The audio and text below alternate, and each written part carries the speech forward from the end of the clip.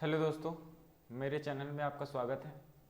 मैं Ravi Prakash Singh, computer teacher cum web developer.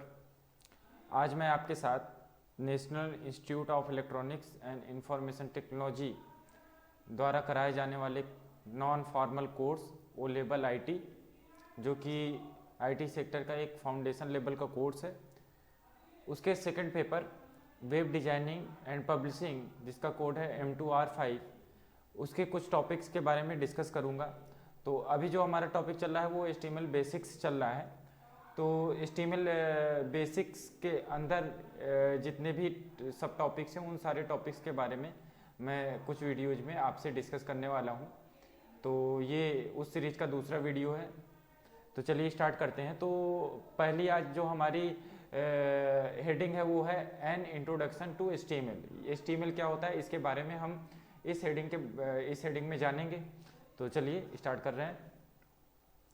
You build web page using HTML which is short for hypertext markup language. तो जो HTML है, HTML stand for hypertext markup language, ये उसका short form है HTML। तो ये किस तरह की लैंग्वेजेस है इसको भी मैं डिस्क्राइब कर देता हूँ। HTML आपकी क्या है? हाइपरटेक्स्ट। हाइपरटेक्स्ट का मतलब क्या होता है? ये आपका हाइपरटेक्स्ट का मतलब होता है लिंक्स।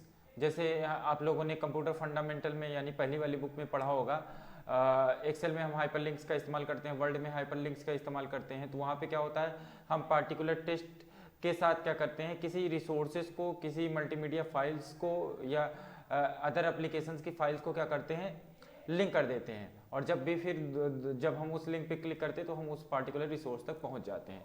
तो इसको बोलते हैं हाइपरलिंक। इसके बाद है आपका टेस्ट। हाइपरलिंक किसके साथ किया जाता है? टेस्ट के साथ किया जाता है। तो इसका नाम इसी वजह से पड़ा है हाइपर टेस्ट। और इसके बाद आगे बढ़ते हैं। इसके बाद है M फॉर मार्कअप।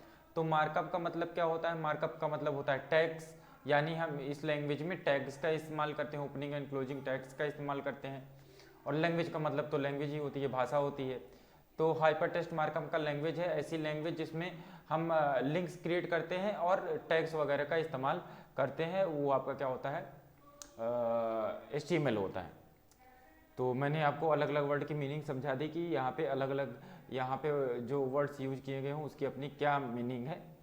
आगे चलते हैं हम इसमें। HTML document are made up of text content and special codes known as the tags that tell browser how to display the content। तो यहाँ पे अब कह रहा है कि HTML जो डॉक्यूमेंट्स होते हैं वो क्या होते हैं, किनसे उनके जो कंटेंट होते हैं, टेक्स्ट कंटेंट होते हैं, उनका क्या होता है, अपना स्पेशल कोड होता है। हर एक टेक्स्ट कंटेंट को क्रिएट करने के लिए, विजुअली दिखाने के लिए वेब पेजेस में उनके अपने स्पेशल क्या होते हैं, टैग्स होते हैं, जिनका इस्तेमाल हम क्या करते हैं HTML के अंदर। और जिसको उन कोड्स को हम टैग के नाम से जानते हैं। टेल द ब्राउजर, जो कि ब्राउजर को बताता है किसी भी कंटेंट को विजुअली कैसे रिप्रेजेंट करना है या कैसे उसका अपीयरेंस होगा आपके वेब ब्राउजर के अंदर। HTML documents are identified by their .html extension या .htm फाइल एक्सटेंशन। तो कोई भी क्या होता है, अगर वेब पेज है तो वो आपका हाइपरटेक्स्ट मार्कअप लैंग्वेज का यूज करके ही बना होता है। तो वो जो पेजेस होते हैं उनका जो एक्सटेंशन होता है दो हो सकता है, या तो HTML होगा, .html होगा, या तो .htm होगा। शॉर्ट फॉर्म है HTML का। तो ये दोनों फॉर्मेट आपको कॉमनली देखने को मिलेंगे HTML के। For the most part HTML is the platform independent, which mean you can view web pages on any computer operating system including Windows, Mac and Linux। तो यहाँ पे बता रहा है कि आप HTML को किसी भी मशीन यानी किसी भी कंप्यूटर मशीन में यूज कर सकते हैं, एक्सेस कर सकते हैं। और उस मशीन का जो इन्वायरमेंट है वो भी डिफरेंट होगा, तो उससे कोई फर्क नहीं पड़ेगा, चाहे वो आपका कोई भी इन्वायरमेंट हो, चाहे आपका विंडोज हो, चाहे लाइनेक्स हो या आपका मैक ओएस हो, सभी में क्या कर सकते हैं आप HTML को एक्सेस कर सकते हैं, उसका यूज कर सकते हैं। इसी वजह से इसको क्या बोलते हैं, प्लेटफॉर्म इंडिपेंडेंट, यानी किसी प्लेटफॉर्म के ऊपर डिपेंडेंट नहीं है कि केवल विंडोज में चलेगा या केवल मैक में चलेगा, केवल लाइनेक्स में चलेगा या किसी पार्टिकुलर मशीन इन्वायरमेंट में चलेगा। तो ऐसा नहीं है, सभी मशीनों के अंदर ये चल जाएगा किसी भी इन्वायरमेंट में। नेक्स्ट जो हमारा टॉपिक है वो है HTML टैग्स। HTML टैग्स क्या होते हैं इसके बारे में हम जानेंगे। तो HTML consist of text interpreted with the special instructions known as the tags. तो interpret with the special instructions known as the tag. तो यहाँ पे क्या है, कंसिस्ट ऑफ जो HTML होता है वो क्या होता है, इसके अंदर क्या होता है, टेस्ट होते हैं जिनका स्पेशल क्या होता है, इंस्ट्रक्शंस होता है, और उसको हम क्या करते हैं, टैग के नाम से जानते हैं। तो ये जो टैग होता है इसमें सराउंडेड बाय द ब्रैकेट्स, इनके दोनों तरफ ओपनिंग एंड क्लोजिंग में क्या होता है, एंगल ब्रैकेट्स होता है। HTML tags tell a browser how to organize and present test. तो HTML जो टैग्स होते हैं वो ब्राउजर को बताते हैं कि किसी भी कंटेंट को या टेस्ट को कैसे ऑर्गेनाइज या प्रेजेंट करना है ब्राउजर के अंदर, या किसी इमेज को या अदर जो वेब कंटेंट है उसको किस तरीके से डिस्प्ले करना है वेब ब्राउजर पे, वो भी क्या करता है, टैग ही डिसाइड करता है। Many tag are written using an opening tag and a closing tag. बहुत से टैग्स में क्या होता है, ओपनिंग एंड क्लोजिंग टैग बहुत होता है, और जिसे ओपनिंग एंड क्लोजिंग टैग बहुत होगा तो उसे हम एलिमेंट बोलते हैं। तो किसी भी एलिमेंट में दो टैग्स होते हैं, ओपनिंग एंड क्लोजिंग टैग। और कुछ एम्प्टी टैग्स भी होते हैं जिसमें क्या होता है, ना ओपनिंग टैग होता है ना क्लोजिंग टैग होता है, वो एम्प्टी टैग बोला जाता है। जैसे आपका पेज ब्रेक वगैरह हो गया, हॉरिजॉन्टल रूल हो गया। आगे चलते हैं हम। तो surrounded content that appear on the web page, the page when writing HTML tags you can use upper और लोअर लेटर्स। आप इन टैग्स को क्रिएट करते समय किसी भी केस का इस्तेमाल कर सकते हैं, लोअर केस लेटर्स का भी इस्तेमाल कर सकते हैं, अपर केस लेटर का भी इस्तेमाल करते हैं। बट गुड प्रोग्रामिंग रीजन, एक अच्छी शैली के लिए आपको हमेशा लोअर केस लेटर का ही इस्तेमाल करना चाहिए। ये क्या होता है, अच्छा माना जाता है। वेब पेज क्रिएट करने के लिए आप हमेशा HTML में लोअर केस का ही इस्तेमाल कीजिए। To make the coding easy to distinguish from other text in the page. तो यहाँ पे कह रहा है कि किसी भी कोडिंग को ईजीली तरीके से डिस्टिंग्विश करने के लिए हम क्या करते हैं, अदर टेक्स्ट का इस्तेमाल क्या करते हैं, पेजेस के अंदर करते हैं, मतलब कोड को सही तरीके से ईजी तरीके से डिस्टिंग्विश करने के लिए करते हैं। You can type tag name in the upper case. आप जो है अपर केस में भी नेम को क्या कर सकते हैं, जो टेक्स्ट नेम होते हैं उनको लिख सकते हैं। For detail see the section understanding HTML syntax. तो HTML क्या करता है, इन चीज़ों को इग्नोर करता है, यानी केस सेंसिटिव नहीं होता है। अगर आप अपर केस में कर रहे हो तो भी चलेगा और लोअर केस में कर रहे हो तो भी चलेगा, बट कोशिश हमें यही करनी चाहिए कि हम क्या करें, लोअर केस लेटर का ही इस्तेमाल करें। ऐसा किस वजह से मैं कह रहा हूँ, ये आपको जब मैं डिटेल से वेब डिजाइनिंग के बारे में सिखाऊंगा या उसके बारे में चर्चा करूंगा तो आपको डिटेल से बताऊंगा कि ऐसा हमें क्यों करना चाहिए। नेक्स्ट है रेंडरिंग HTML। तो HTML कैसे रेंडर्ड करता है उसके बारे में हम इस टॉपिक के अंदर जानेंगे। तो when a browser display a web page it retrieve the HTML file for that page from a server. तो क्या होता है, जब ब्राउजर किसी वेब पेज को डिस्प्ले करता है तो उसके लिए पहले उसके पास वो फाइल होनी चाहिए। वो फाइल रेंडरिंग होती है जो कि HTML फॉर्म में होती है। वो HTML फॉर्म में फाइल सर्वर द्वारा प्रोवाइड की जाती है, किसको, आपके क्लाइंट साइड एप्लीकेशन को यानी ब्राउजर को प्रोवाइड की जाती है। फिर ब्राउजर उसको ट्रांसलेट करके आपको विजुअल GUI फॉर्म में दिखाता है, ग्राफिकल यूजर इंटरफेस के फॉर्म में दिखाता है। Parses the HTML tag determine how to content should be formatted. तो HTML टैग्स ही डिटरमाइन करते हैं कि हमें किसी कंटेंट को किस फॉर्मेट में पेज पे दिखाना है या किस तरह से रेंडर्ड करना है। The HTML tag tell the browser what image, video, audio and other content need to download and integrated into page. और HTML टैग्स ही डिसाइड करते हैं कि किस फाइल को हमें डाउनलोड करना है यानी सर्वर से उठाना है और हमारे पार्टिकुलर GUI इंटरफेस यानी ब्राउजर के GUI इंटरफेस पे दिखाना है। उसमें कोई भी मल्टीमीडिया फाइल्स हो सकती है, वो आपकी इमेज भी हो सकती है, वीडियो भी हो सकती है और ऑडियो भी हो सकती है, जो कि और ये सारे कंटेंट क्या होते हैं, एसोसिएटेड होते हैं किसी भी वेब पेज से, किसके माध्यम से, हाइपरलिंक के माध्यम से होते हैं। The HTML may also tell the browser to download style sheet. और HTML क्या होता है, जब उसके साथ क्या होती है, कोई स्टाइलिंग लैंग्वेज एसोसिएट होती है, उसकी कोई फाइल एसोसिएट होती है तो वो भी डाउनलोड की जाती है। तो ज़्यादातर हम स्टाइल करने के लिए क्या करते हैं, CSS वगैरह का इस्तेमाल करते हैं HTML के साथ। तो CSS फाइल क्या होती है, सर्वर से डाउनलोड होती है और डाउनलोड होने के बाद आपके ब्राउजर प्लेटफॉर्म पे पहुंचती है, ब्राउजर पे पहुंचती है, फिर ब्राउजर उसको रेंडर्ड करके स्टाइल को क्या करता है, अप्लाई करता है आपके वेब पेजेस पे। जिससे आपकी जो साइट होती है वो मोर इंटरेक्टिव और डिजाइन और स्टाइलिश दिखाई पड़ती है। Interactive script to further enhance the page. और कुछ क्या होते हैं, स्क्रिप्ट्स भी होते हैं, वेब प्रोग्राम्स भी होते हैं जो कि क्या करते हैं, कोई भी अगर डायनेमिक वेबसाइट होती है आपकी तो उसमें क्या होते हैं, कुछ वेब प्रोग्राम्स काम करते हैं जिन्हें वेब स्क्रिप्ट भी बोला जाता है। वो क्या करते हैं, वेबसाइट को डायनेमिक बनाते हैं, यानी रिस्पॉन्सिव बनाते हैं, कस्टमर उसके साथ ज़्यादा इंटरेक्ट कर पाता है। जैसे आपका Amazon.com, Facebook.com, ये सारी वेबसाइट में आप जाएंगे तो आपको पता चल जाएगा कि इसमें जो कंटेंट होता है वो हमेशा एक जैसा नहीं होता है, रिपीटेडली चेंज होता रहता है, टाइम टू टाइम चेंज होता रहता है। तो इस तरह की वेबसाइट क्या होती है, डायनेमिक वेबसाइट होती है। और इसमें क्या होता है, आपका वेब स्क्रिप्ट प्रोग्राम काम कर रहा होता है। तो HTML क्या करता है, HTML कुछ वेब स्क्रिप्ट को भी क्या करता है, रेंडर करता है। जैसे जावा स्क्रिप्ट के जो प्रोग्राम है उसको रेंडर करेगा, यानी ट्रांसलेट करके GUI फॉर्म में दिखाएगा। और जो बैक एंड साइड के जो वेब स्क्रिप्ट प्रोग्राम होते हैं वो तो आपके सर्वर मशीन में ही रेंडर्ड हो जाते हैं, एग्जीक्यूट हो जाते हैं, और आउटपुट क्या हो जाता है, मिल जाता है।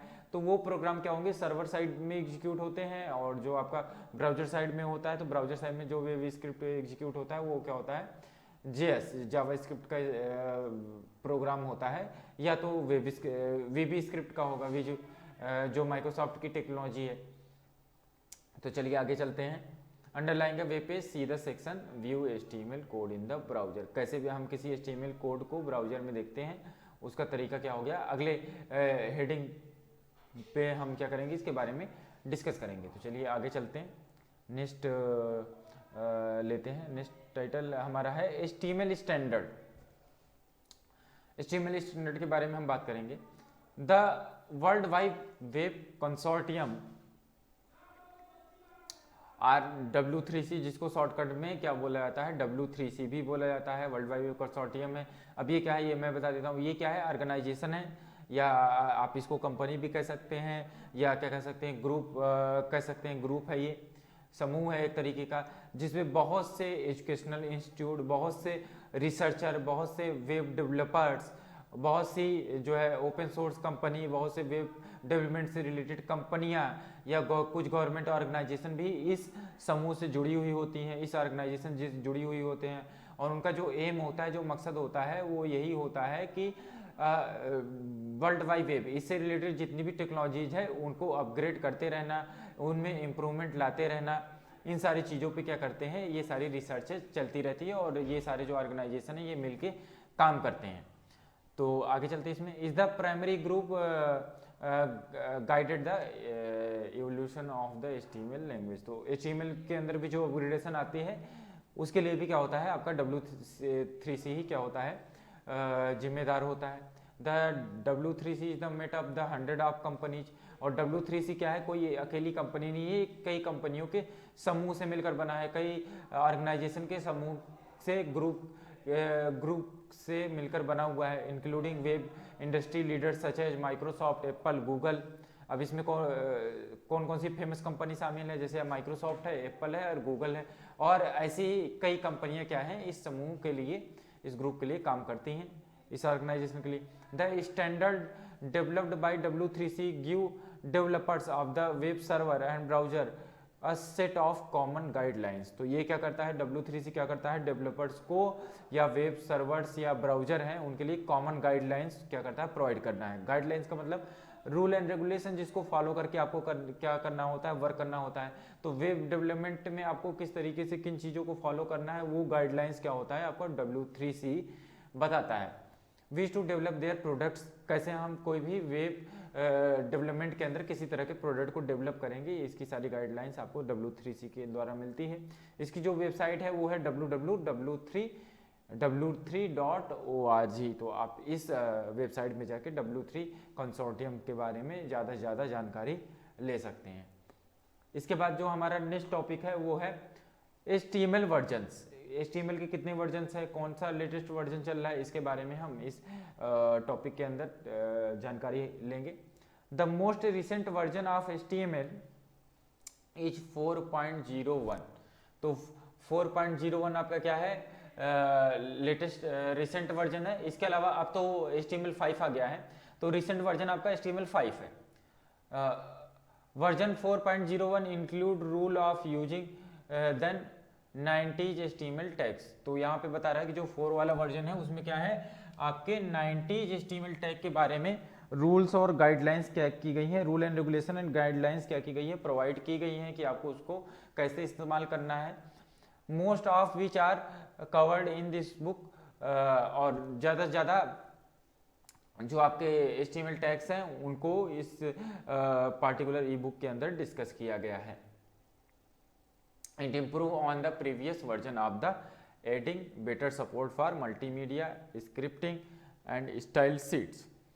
तो यहाँ पे आपका क्या है, इसके पहले भी कई वर्जन्स आए हैं और उन वर्जन जो वर्जन्स थे उनमें अपग्रेडेशन लगातार होता रहा, उनसे भी बेटर वर्जन आते रहे। और इस समय आपका प्रेजेंटली मैं बता रहा हूँ कि आपका 5 वर्जन चल रहा है HTML5, जिसमें और भी कई सेक्शंस टैग्स सेक्शंस एलिमेंट्स आ गए हैं, जैसे आपका हेडर हो गया, फुटर हो गया, सेक्शन हो गया, असाइड हो गया। तो इस तरह के एलिमेंट हैं जो आपको क्या करते हैं, लेआउट के लिए आप इनका इस्तेमाल कर सकते हैं। Support for the styles it is specially important because it allows developer to apply more precise formatting to web pages। तो जो वेब ब्राउजर है, वेब ब्राउजर में क्या होता है, जो कैस्केडिंग स्टाइल सीट है उसके लिए भी क्या होता है, टेक्नोलॉजी या रेंडर्ड करने के लिए, ट्रांसलेट करने के लिए क्या होती है, फैसिलिटी ब्राउजर में ही अवेलेबल होती है। और ये इम्पॉर्टेंट भी होता है, बहुत ज़रूरी चीज़ है, क्योंकि आपकी वेबसाइट की जो स्टाइलिंग है वो क्या होता है, स्टाइल सीट्स ही क्या करता है, कैरी करता है कि किस प्रकार से हमें किसी वेब पेज को स्टाइल करना है और डेवलपर को किस तरीके से वेब पेजेस की फॉर्मेटिंग करनी है, वो सारी चीज़ें भी इसी के माध्यम से डिस्क्राइब की जाती हैं। It is also allows developer to keep complex styling information separate from the rest of the HTML। तो इसके अलावा जो डेवलपर कॉम्प्लेक्स टाइप की स्टाइलिंग इंफॉर्मेशन को क्या करते हैं, एक सेपरेटली क्या करते हैं, डिस्क्राइब करते हैं। Rest of the HTML style sheet are covered in the, तो आगे के चैप्टर्स में क्या होगा इसके बारे में डिटेल से बात की जाएगी। तो CSS के भी अपने कई वर्जन है, CSS1, CSS2, CSS3। तो इस समय लेटेस्ट CSS3 चल रहा है और HTML में लेटेस्ट कौन सा चल रहा है, आपका HTML5 चल रहा है। इसके बाद है आपका नेक्स्ट हेडिंग जो है वो क्या है, आपका XHTML। तो HTML के बारे में हम लोग जाना, अब थोड़ा सा XHTML के बारे में भी हमें जानना जरूरी है। ये क्या, किस तरह की लैंग्वेज है और क्यों हम इसका इस्तेमाल करते हैं।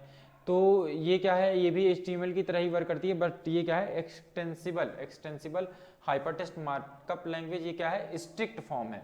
HTML का कह सकते हैं कि स्ट्रिक्ट फॉर्म है। स्ट्रिक्ट होने का मतलब ये है कि इसमें क्या है, कुछ ज़्यादा छूट आपको नहीं मिलती है। जैसे आप केस सेंसिटिव हो गया, ये क्या होता है, केस सेंसिटिव होता है। जैसे आपका HTML होता था कि आप अपर एंड लोअर दोनों तरह के केसेस का इस्तेमाल कर लेते थे टेक्स्ट को डिक्लेयर करने के लिए, बट एक एक्सटेंसिबल हाइपरटेक्स्ट मार्कअप लैंग्वेज के साथ ऐसा नहीं है। स्ट्रिक्टली आपको रूल फॉलो करना है कि आपके सारे जो टैग्स होंगे वो स्मॉल लेटर से ही लिखे जाएंगे और जो कोड्स होता है वो प्रॉपरली होना चाहिए। प्रॉपरली होने का मतलब है कि उसमें कोई जो उसका फॉर्मेट है, फॉर्मेट को पूरा फॉलो करना पड़ता है, उसमें कोई गड़बड़ी नहीं होनी चाहिए। जैसे HTML में आप क्या करते हो, कुछ गड़बड़ कर देते हो तो क्या होता है, ब्राउजर इतना इंटेलिजेंट सॉफ्टवेयर हो चुका है कि वो क्या करता है, ऑटोमेटिकली सही चीज़ को, उसके रिगार्डिंग सही चीज़ को ऑटोमेटिकली एडजस्ट करके डिस्प्ले कर देता है GUI फॉर्म में। बट XHTML के साथ ऐसा नहीं होता है। यहाँ पे स्ट्रिक्टली आपको रूल एंड रेगुलेशंस को, गाइडलाइंस को, प्रोटोकॉल्स को क्या करना पड़ता है, फॉलो करना पड़ता है। तो वही चीज़ आगे आपको इसमें बता रहा है। Is L alternative language for coding web pages. Alternative है किसका, हाइपरटेक्स्ट मार्कअप लैंग्वेज का, that conform to stricter standard of XML। जो स्ट्रिक्टिकर वर्जन है, ठीक है, XML or extensible markup language. तो XML का फुल फॉर्म क्या होता है, एक्सटेंसिबल मार्कअप लैंग्वेज होता है। और XHTML is the tag based and use many of same tags in the HTML। तो XHTMल क्या है, ये भी टैग बेस्ड ही है जैसे HTML होता है। और ज़्यादातर सेम टेक्स्ट का ही इस्तेमाल क्या होता है आपका XHTML में भी होता है, जो कि HTML में होता था। However, in the XHTML all tag must be closed, सारे टैग प्रॉपरली क्लोज्ड होने चाहिए। Tag name are attribute must be coded in lower case, और टैग और एट्रीब्यूट्स क्या होते हैं लोअर केस में होने चाहिए। And attribute value for tags must be surrounded by quotation marks, तो कोटेड होने चाहिए, मतलब यानी जो भी आप वैल्यूज को किसी एट्रीब्यूट के लिए असाइन करेंगे तो वो क्या होना है चाहिए, डबल कोटेशन मार्क के अंदर प्रॉपरली सेपरेटेड होना चाहिए। Most modern browser can read both HTML and XHTML, बहुत से जो लेटेस्ट ब्राउजर हैं वो क्या करते हैं HTML और XHTML दोनों वर्जन को ट्रांसलेट कर सकते हैं, यानी दोनों का इस्तेमाल आप कर सकते हैं। Although XHTML is not covered in this book, हम यहाँ पे इस बुक में हम XHTML को कवर नहीं कर रहे हैं। और you can read more about, अगर आप W3C साइट पे जाके ज़्यादा से ज़्यादा XHTML के बारे में जान सकते हैं। W3C कंसोर्टियम पे जाइए और वहाँ पे वेब से संबंधित जितनी भी टेक्नोलॉजी है वहाँ पे आप इस संबंध में जानकारी ले सकते हैं। Next generation of the HTML, next generation of the HTML का मतलब है कि नेक्स्ट जनरेशन क्या चल रही है, क्या कुछ नया हो रहा है। तो the W3C is developing the specification for the HTML5 पे काम चल रहा था जिस समय ये बुक राइट की गई थी, और इस समय प्रेजेंट टाइम में HTML5 का यूज हो रहा है, आ चुका है, लॉन्च हो चुका है। The next version of HTML, this version will be introduce features to help web designers more easily create the maintain the dynamic page seen in the many today websites. तो ये कह रहा है कि HTML5 आने वाला है, बट हम जान चुके हैं, मैंने बताया जैसा आपको कि आ चुका है, यूज भी हो रहा है, और उसमें कई नए टैग्स इंट्रोड्यूस किए गए हैं जो कि अभी मैंने कुछ देर पहले ही आपसे इसी वीडियो में डिस्कस किया है। तो आगे चलते हैं। HTML5 will include tags for defining headers, तो इसमें क्या है ऐसे टैग्स का इस्तेमाल किया जाता है जैसे हेडर्स हो गया, फुटर्स हो गया, नेविगेशन हो गया। नेविगेशन के लिए हम नेव टैग का इस्तेमाल करते हैं HTML5 में, और along with the tags and adding interactive elements such as editable and sortable table, तो ये सारी चीज़ें भी आ चुकी हैं। तो ज़्यादा जानकारी के लिए आप क्या कर सकते हैं, वेबसाइट्स का इस्तेमाल कर सकते हैं, चाहे आप w3.org पे चले जाइए या wwg.org, इसके बाद HTML सेक्शन में चले जाइए, वहाँ पे आप इससे संबंधित जानकारी ले सकते हैं। और भी कई ऐसी वेबसाइट्स हैं, आप HTML5 डाल दीजिएगा गूगल पे, उससे संबंधित जितनी भी इंफॉर्मेशन है या लिंक्स है वो आपको गूगल सर्च इंजन लिस्टेड कर देगा। वहाँ पे किसी भी वेबसाइट पे जाके आप HTML संबंधित जानकारी ले सकते हैं।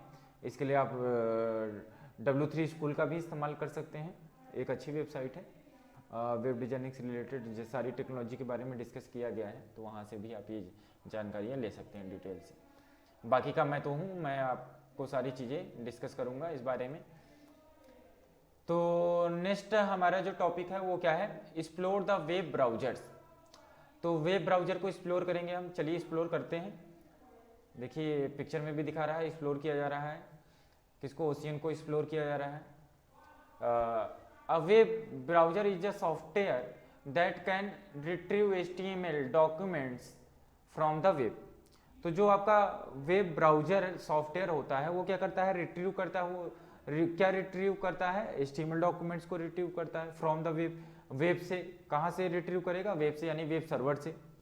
Parse the HTML instructions and display the result web pages. उसको एक्सेस करने के बाद क्या करता है, उसको ट्रांसलेट करेगा। ट्रांसलेट करने के बाद यानी जो भी HTML के इंस्ट्रक्शन होंगे, ट्रांसलेट करने के बाद उसको क्या होगा, GUI फॉर्म में आपके जो है स्क्रीन पे क्या कर देगा, डिस्प्ले कर देगा, यानी ब्राउजर का जो विंडो है उसके अंदर डिस्प्ले कर देता है, जिससे कि हमें कोई भी वेबसाइट क्या होती है दिखती है।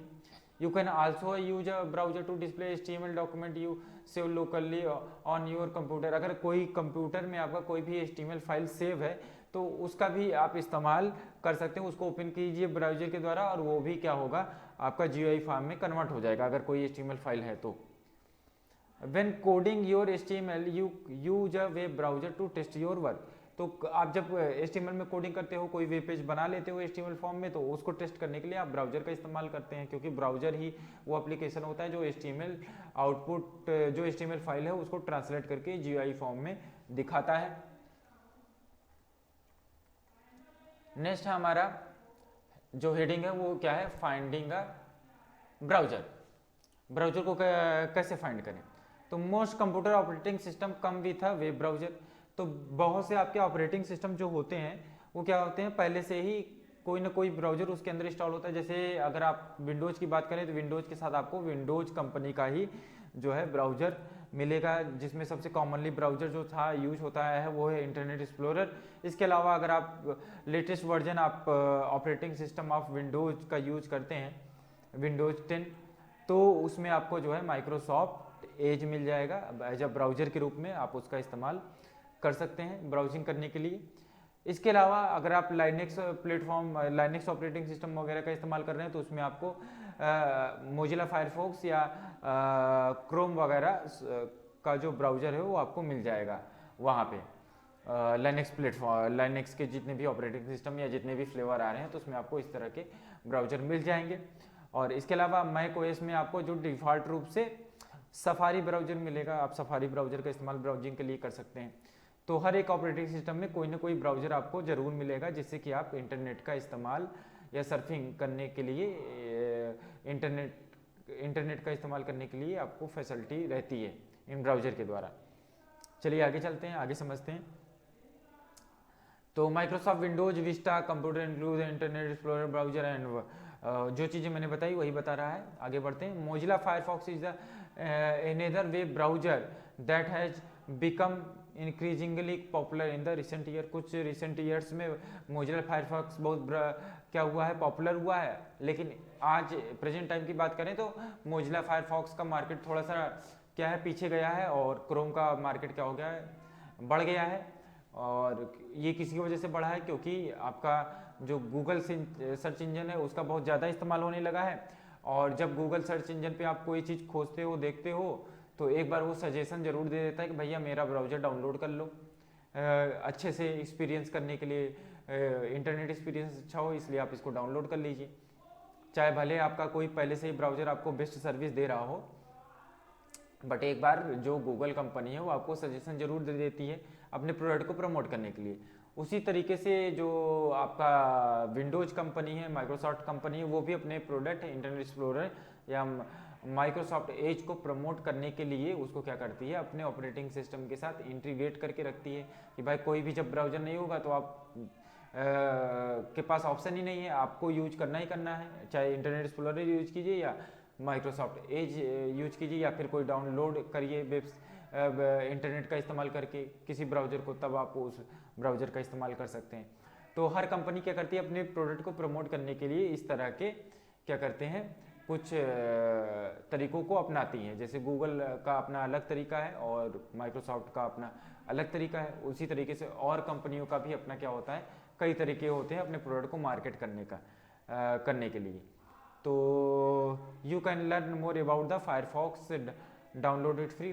मोजिला फायरफॉक्स आप डालेंगे सर्च इंजन पे और जाके मोजिला कंपनी की वेबसाइट पे जाके आप वहाँ से फायरफॉक्स ब्राउज़र को डाउनलोड करके इसका इस्तेमाल कर सकते हैं। इसके अलावा भी और भी कई ब्राउज़र्स आते हैं, जैसे आपका ओपेरा ब्राउज़र हो गया, यांडेक्स ब्राउज़र हो गया, क्रोम ब्राउज़र हो गया, और इसके अलावा और भी कई ब्राउज़र्स होते हैं।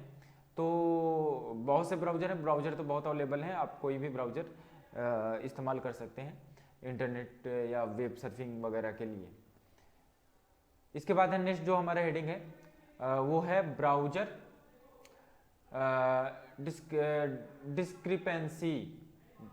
डिस्क्रिपेंसीज। तो there are many web browser in use today and the numbers version of each. तो बहुत से क्या है वेब ब्राउज़र्स हैं जो कि आजकल यूज किए जा रहे हैं। while most of them interpreted HTML essentially the same way।